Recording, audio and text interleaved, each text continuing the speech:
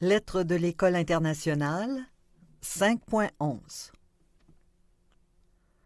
Le vrai détachement par Kim Nataraja.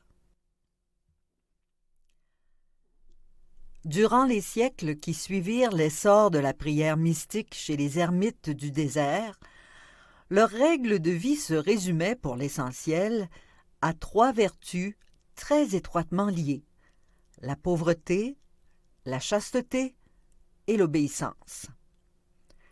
Nous avons parlé de l'importance de l'obéissance et nous avons vu qu'elle a ici un sens beaucoup plus large que celui qu'on lui donne habituellement. Elle signifie en réalité l'écoute attentive. Les 2 autres vertus ne doivent pas non plus s'entendre de façon étroite et littérale.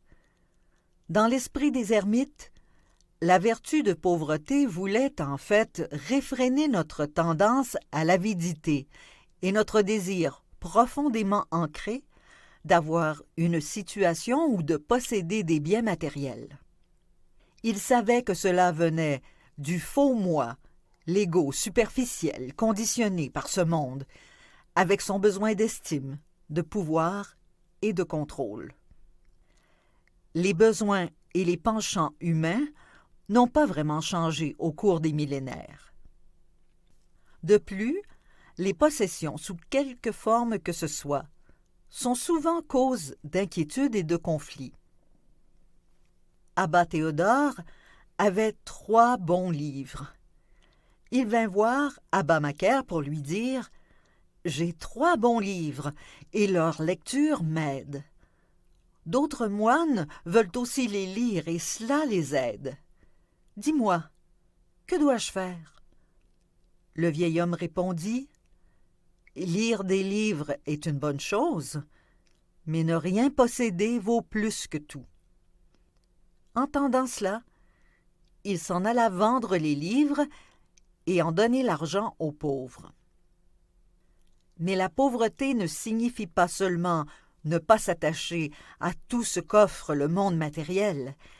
Elle englobe en réalité une attitude de plus grand détachement. Elle implique également de ne pas s'attacher à ses pensées, à la conviction que nos opinions personnelles et les connaissances que nous avons acquises sont justes. Il y a quelque temps, je suis tombée sur ce slogan. Si vous voulez changer, changez d'opinion. Les ermites du désert seraient d'accord avec ce mot d'ordre, mais ils auraient ajouté que nous n'avons pas seulement besoin de les changer, mais de nous détacher totalement de nos opinions conditionnées pour éviter tout conflit. On peut facilement voir autour de nous à quel point ceci est important.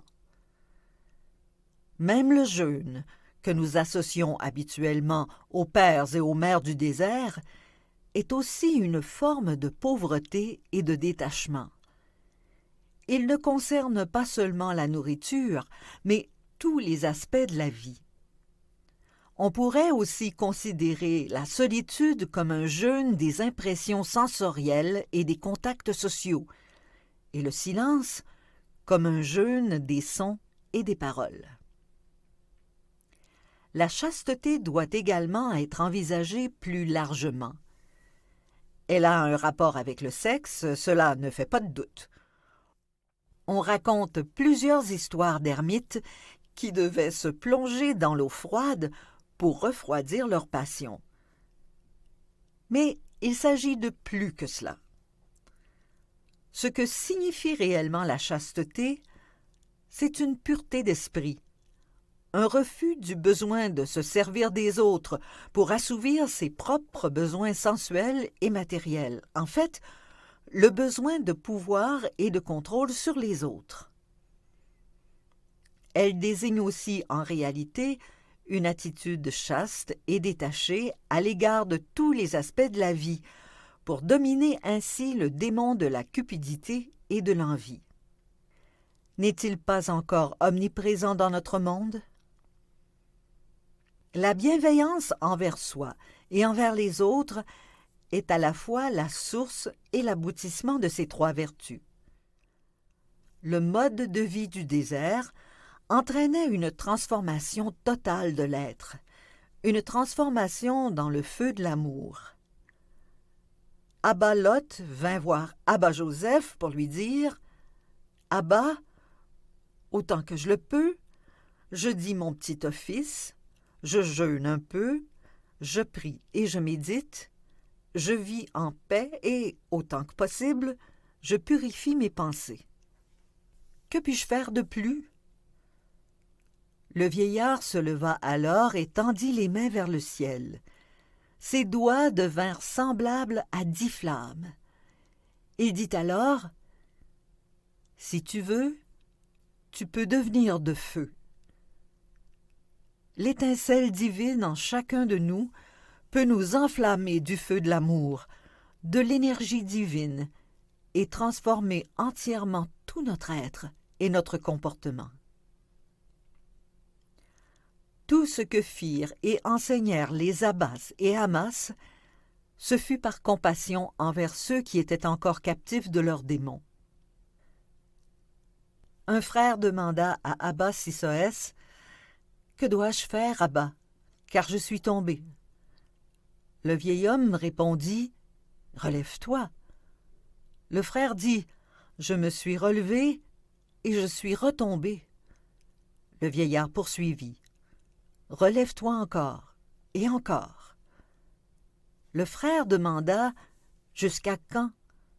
Le vieil homme répondit « Jusqu'à ce que tu sois saisi, soit par la vertu, soit par le péché. » Il n'y a là ni critique, ni jugement, juste une acceptation profonde et aimante de la nature humaine.